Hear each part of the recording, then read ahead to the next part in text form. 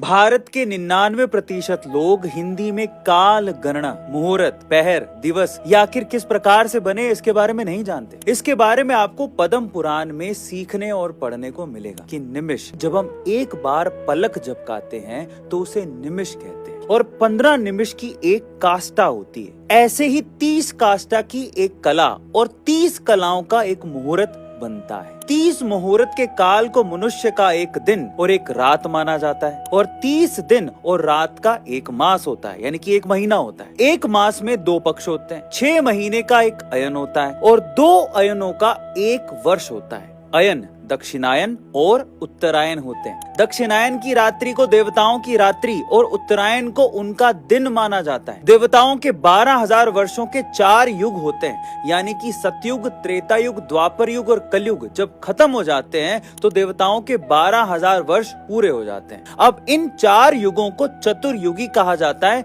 और 1000 चतुर्युगी को ब्रह्मा जी का एक दिन या एक कल्प कहा जाता है। और इस समय ब्रह्मा जी की आयु 51 वर्ष बताई गई है। तो इस प्रकार से हिंदी में काल गणना होती है।